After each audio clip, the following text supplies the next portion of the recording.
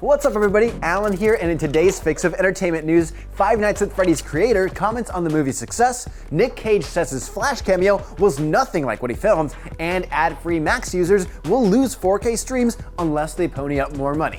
Let's get into it.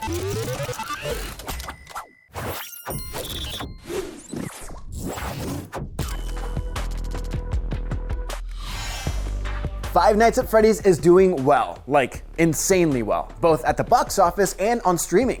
As of this week, Five Nights at Freddy's has brought in over $153 million at the box office worldwide, with $92 million of that coming from North America. As if that wasn't enough, Freddy also had the biggest 5-day debut on Peacock as well. Commenting on the movie's success, the game's creator Scott Cawthon posted on Reddit saying, quote, "Thanks everyone for making opening weekend such a big success. It was beyond my wildest dreams. I do read the comments and critiques, so while I'm glad most people had a great time at the movies, I am definitely paying attention, and I wanted you all to know that." It's great to see that Cawthon is listening to the critical feedback on the film. While the movie is absolutely crushing by pretty much every financial metric, the critical side of things left much to be desired. IGN gave the movie a 4 out of 10, saying, quote, "Scott Cawthon helped produce this big screen adaptation of his own indie horror phenomenon, but you wouldn't really guess as much. Expanding the game's simple, primal premise with a surfeit of character melodrama, at last we learn the tragic backstory of the security guard Mike Schmidt. It's a Five Nights at Freddy's that labors under the bizarre assumption that the loyal fanbase wants a lot of extraneous plot surrounding the fun center horror. Switch off the monitor, slam the door, or just play the game instead." Blumhouse Productions dropped $20 million adapting Five Nights at Freddy's to the silver screen, and clearly it's paying off. The film had the biggest opening for a horror movie this year, beating Scream 6 and The Nun 2. And it was also the second biggest video game adaptation of the year, behind Mario. So obviously there's going to be some kind of sequel. Hopefully Cawthon takes the feedback to heart and delivers a sequel that leans more into the isolating, monitor-scanning horror that made the game so iconic.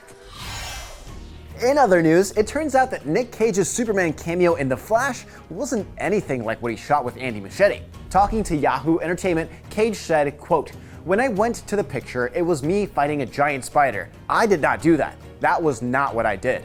The cameo heavily relied on CGI, but Cage was on set for his cameo and went on to discuss what he did shoot with Muschietti, saying, quote, "What I was supposed to do was literally just be standing in an alternate dimension, if you will, and witnessing the destruction of the universe. Kal-El was bearing witness to the end of a universe, and you can imagine with that short amount of time that I had, what that would mean in terms of what I can convey. I had no dialogue, so I had to convey with my eyes the emotion, so that's what I did. I was on set for maybe 3 hours." Cage's Superman cameo was one of the more unexpected appearances in The Flash. It was a callback to an unmade 90s Superman reboot where, at the insistence of the film producer John Peters, the Man of Steel would have fought a giant spider in the final act. I'm not sure why. Superman Lives was supposed to be helmed by Tim Burton, starring Nick Cage as Clark Kent himself. It got decently far into pre-production, to the point where they actually shot some test footage of Cage trying on the suit, but alas, the film was never meant to be. And finally, Max, formerly HBO Max, is making some adjustments to the pricing tiers of its streaming service, which more or less acts just as a price hike. The current ad-free plan, which costs $15.99 per month, features HD streaming with 4K HDR with Dolby Atmos on available titles, the ability to stream on 3 devices at once, and download up to 30 titles for offline use. That plan will still cost $15.99, but will be downgraded to only feature HD streams on 2 devices at once.